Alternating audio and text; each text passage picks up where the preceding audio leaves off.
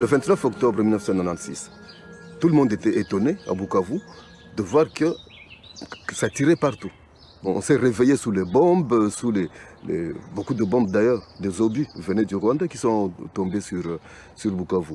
Mais en quelques jours, il y a eu des milliers de morts. On ne saura jamais exactement combien.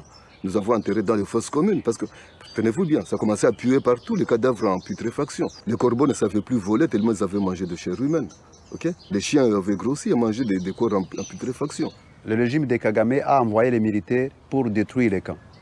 On nous a bombardés toute une nuit et une journée. Alors là, nous sommes allés plus loin parce qu'on ne pouvait pas rester tout près des frontières entre le Rwanda et le Zaïre. Là, il y a beaucoup de morts parce que les troupes rwandaises ont traversé avec des canons rapides, avec des armes lourdes et nous bombardaient dans des tentes pour nous massacrer, pour nous exterminer. Et c'est comme ça qu'ils nous ont chassés, ils ont mis les camps en feu et en sang.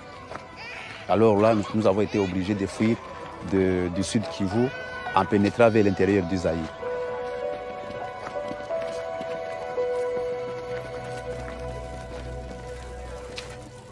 As UN human rights officer in Kinshasa, we were witnessing the advance of Ugandan, Rwandan, and Burundian troops across the country, ostensibly led by Laurent Désiré Kabila as the head of the AFDL.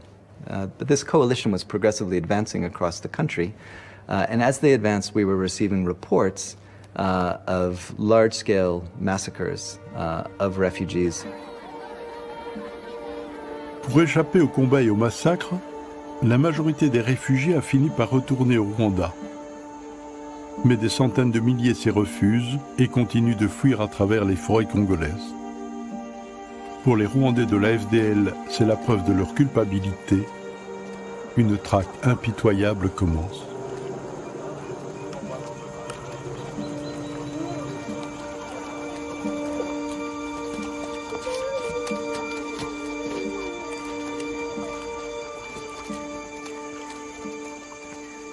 Nous avons traversé le Congo à pied et dans des grandes forêts.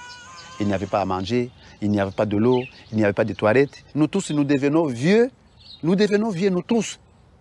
Les visages et les enfants et les adultes, maigres comme ça. Et en forêt, qu'est-ce que vous mangiez en forêt? Dans la forêt, ce n'est que des fruits des arbres sauvages. Tout ce qui n'est pas amer est comestible. Que ce soit des fruits, que ce soit des feuilles. Même ces feuilles-là, s'ils ne sont pas amers, on mange. On cherche, on trouve, on tombe sur un chat, on se ravitaille là-bas si c'est un chat de manioc. Là, je vous dis, on détruisait des champs. Vous prenez plus de 20 000 personnes, vous les jetez sur la route, sans rien. Là, nous avons détruit les champs des Congolais.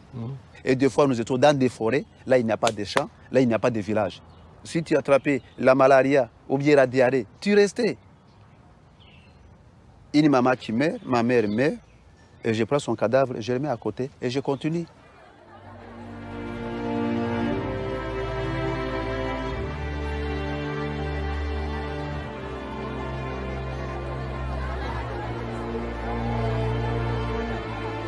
Les gens ne savaient plus où se trouvaient les réfugiés, la communauté humanitaire notamment. Les réfugiés s'étaient éparpillés dans la forêt. Et donc nous avons survolé la forêt en suivant la route Kisangani. Et c'est au niveau de Lubutu qu'on avait vu une marée humaine en pleine forêt. Une marée humaine comme je n'en ai jamais vu dans ma vie. Jusqu'aujourd'hui d'ailleurs, je n'ai jamais vu une marée humaine comme ça, en face. Et après on est revenu, on s'est posé sur cette route-là qui servait de piste. Et c'est ainsi qu'on avait découvert des milliers de réfugiés hutu-rwandais qui mouraient de faim dans la forêt. Et c'est la première fois dans ma vie que j'avais vu l'enfer en face. Donc, ils étaient tellement des milliers, des loqueteux, des misérables. Et même, j'avais vu des enfants, des bébés, hein, et avec des mouches partout, couverts des mouches, à telle enseigne que leur maman, affaiblie, n'arrivait même plus à chasser les mouches et les insectes.